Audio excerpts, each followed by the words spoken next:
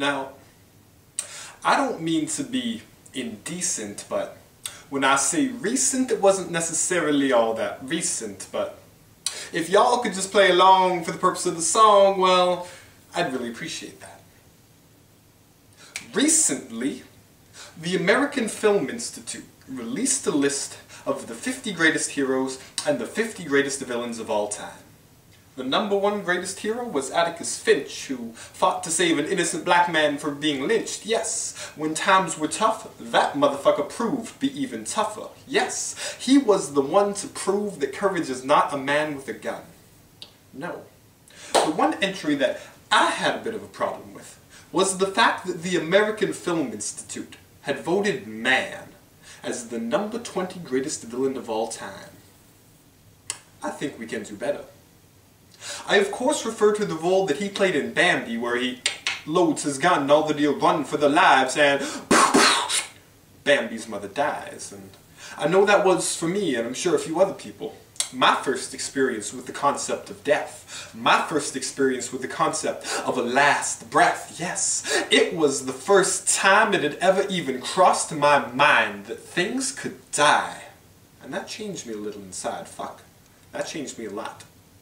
But because I always seem to need to be first in every race, let me tell you why I think that we should be higher than 20th place.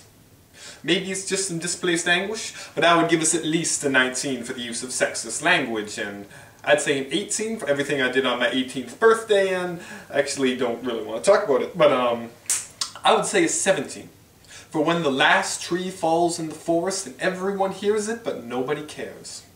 And I would say we should be in 16th place for Ann Coulter. Just saying.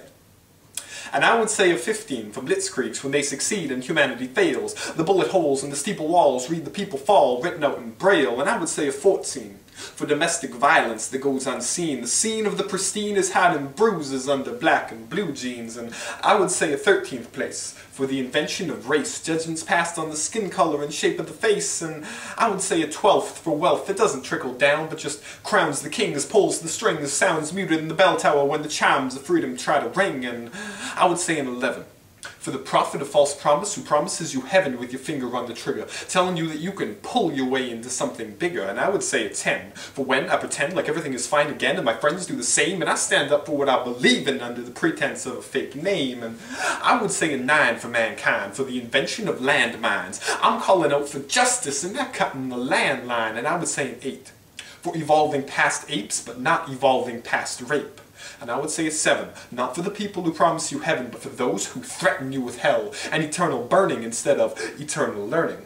And 6 on this list because there are myths that persist to twist our existence no matter the persistence of our resistance. And 5th, fuck finally, a finish line, a fitting fabrication for fortune or fame. One man set Bambi's forest ablaze, and I would say a 4 because I seem to be more concerned with a scratch on my car door than with genocide in Darfur. Number 3 can be summed up by one word: war. And number 2, for every time we force a child to load a gun and look, we really are #1.